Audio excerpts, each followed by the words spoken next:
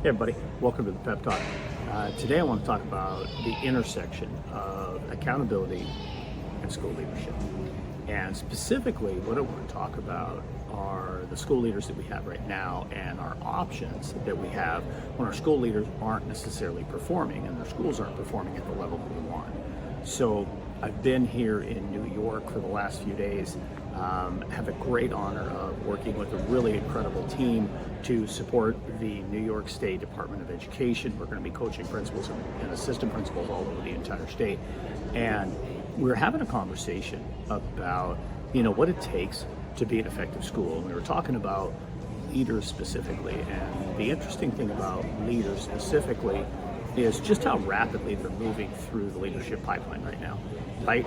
I mean, if you think about it, the amount of time, the average amount of time it used to take for somebody to move, from aspiring leader to maybe assistant principal or principal and on up into different roles, they're moving just so much quicker right now. And what that means is they are less prepared as a result.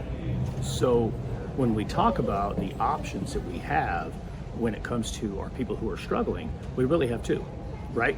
We can fire them and move on, replace them with other leaders, or we can coach up the ones that we have. Folks, I worked for the person who was all about, we'll just fire them and move on, fire them and move on. And honestly, I would ask her right now, hey, how's that going for you? I mean, the truth is, it's not going well. Punishment to gain compliance doesn't work, right? So what we really need to focus on is option number two, and that is we have to coach up the people we have.